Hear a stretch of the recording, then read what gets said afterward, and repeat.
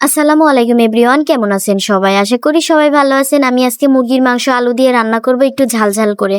তো এর জন্য আমি ফার্স্টে চুলার উপরে একটি কড়াই বসিয়ে নিয়ে পরিমাণ মতো তেল দিয়ে এর ভিতরে পেঁয়াজ কুচি দিয়ে পেঁয়াজটা বাদামি কালার করে আমি ভেজে নিয়েছি। এরপরে আমি এর ভিতরে বাটা মশলা দিয়ে দিব, মানে গরম মশলা, জিরা, আদা রসুন বাটা, এরপর এরপর একটু পেঁয়াজ বেটে দিয়ে দিয়েছি। দিয়ে আমি কিছুক্ষণ নেড়ে চেড়ে এর ভিতরে পরিমাণ মতো মরিচের গুঁড়া দিব, ধনিয়ার গুঁড়া দিব আর লবণ দিব, আর হলুদের গুঁড়া দিয়ে দিব পরিমাণ মতো।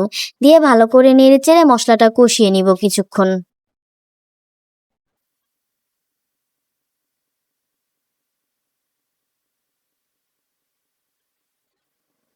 তো এরপরে কিছুক্ষণ পরে আমি এর ভিতরে সামান্য কিছু পরিমাণে পানি দিব, দিয়ে আমি মশলাটা ভালো করে আবারও কষিয়ে নিব।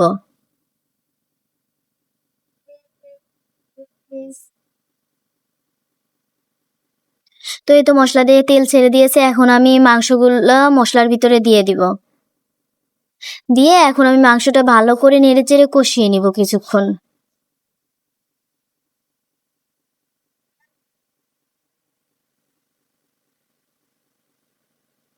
এরপর আমি ঢাকনা দিয়ে ঢেকে রাখবো কিছুক্ষণ। ও আমার এখানে আলু দেওয়াটা স্কিপ হয়ে গেছে, আমি এখানে আলু দিয়ে নিয়েছিলাম, এটা ক্যামেরা তখন অফ ছিল, এর জন্য আমি আপনাদের দেখাতে পারি নাই।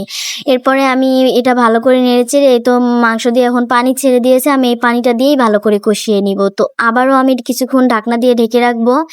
এরপর ঢাকনা উঠিয়ে নিয়ে আবার নেড়েচেড়ে কষিয়ে নিব।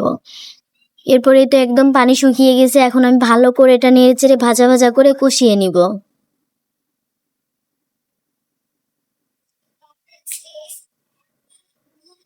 আপনারাও কি আলু দিয়ে মাংস খান? অবশ্যই আমাকে কমেন্ট করে জানাবেন। আমার তো মাঝে মধ্যে এরকম করে ভালোই লাগে। তো এরপরে ভালো করে কষানো হলে আমি এর ভিতরে পরিমাণ মতো পানি দিয়ে দিব।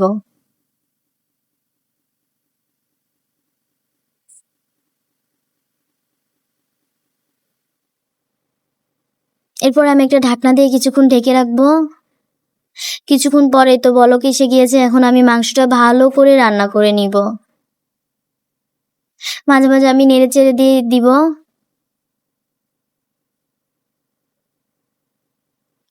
তো এই তো আমার মাংস রান্না শেষ। এই তো আমার মাংসের ফাইনাল লুক। সবার কেমন লাগলো অবশ্যই কমেন্ট করে জানাবেন। সবাই ভালো থাকবেন। আল্লাহ হাফেজ।